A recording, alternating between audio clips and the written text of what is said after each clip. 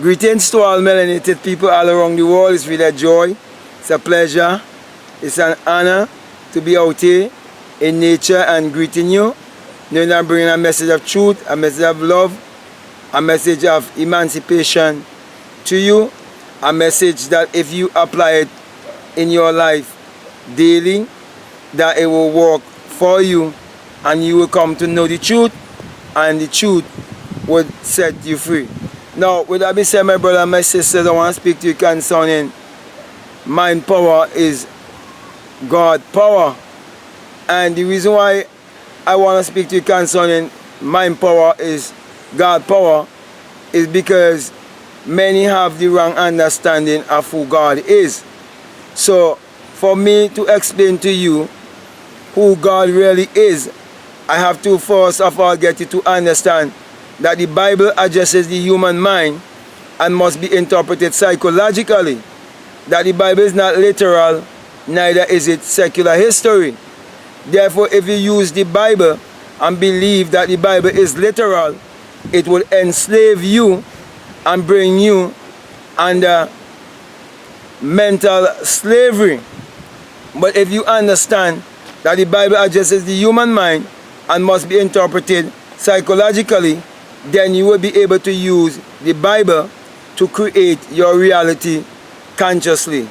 Now, my brothers and my sisters, whenever you come to realize the power of your mind and that God is your own human imagination, and that without Him, which is your own human imagination, it is speaking about in St. John chapter 1 and verses 3, without Him, there isn't anything made that was made, and that all thing was made by Him, which is your own human imagination. It is speaking about the invisible man, the inner man.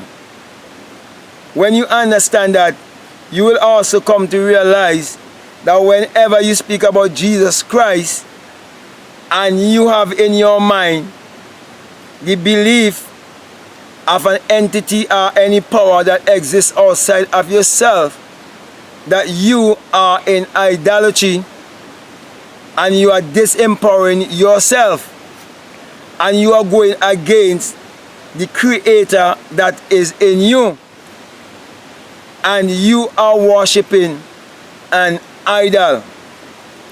So my encouragement to you is to take back your mind power by giving those who have given you Jesus Christ as a literal man 2,000 years ago, to give them back their idol and choose to believe in the God that is within you. Choose to believe in your own intuitive power.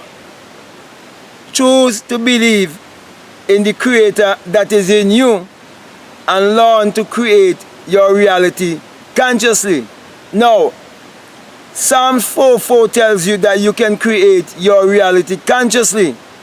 And Psalm 4:4 tells you all you have to do is believe in the God that is within you, and at night before you go to bed, that you must commune with your own heart upon your bed and go into the stillness, go into meditation, go in to taking your desire to the Father by seeing things through your mind's eye and going to the end and having the feeling of your wish already been fulfilled and fall asleep with the assumption that your intention has already been fulfilled.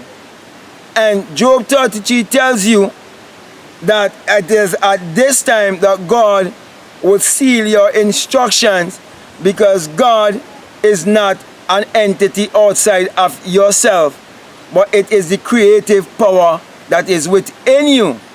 Now, my brother and my sisters, the Bible admonishes you to look for God within yourself in Luke 17:21, where it tells you that you must not let anyone tell you, lo, he's here, or lo, he's there, for the kingdom of God is within you.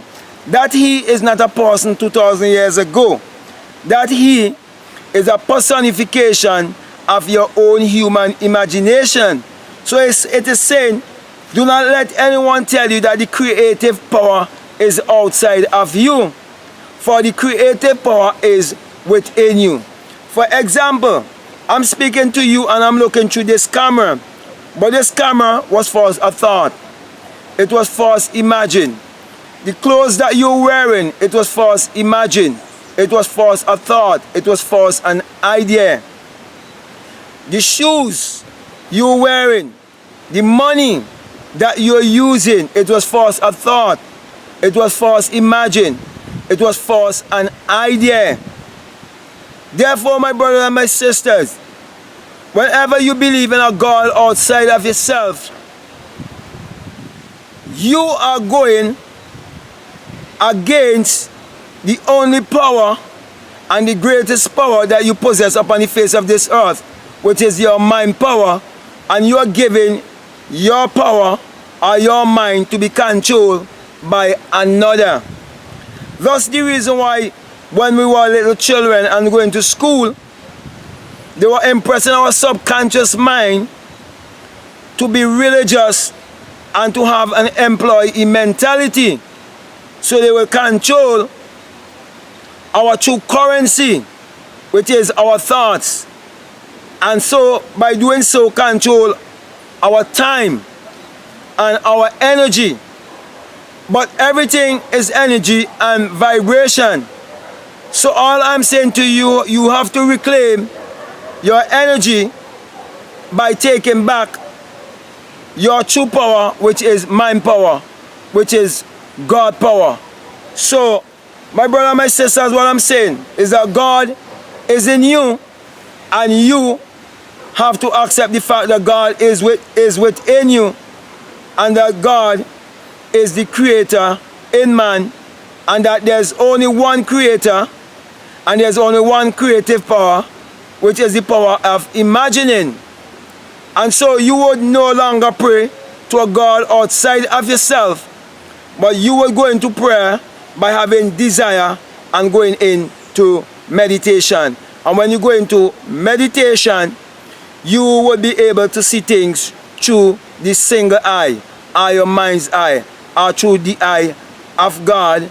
And you will be able to go to the end, because you understand the story of Joseph the dreamer, who went straight to the end, and you understand that it is your own biography, it is your own identity it is speaking about.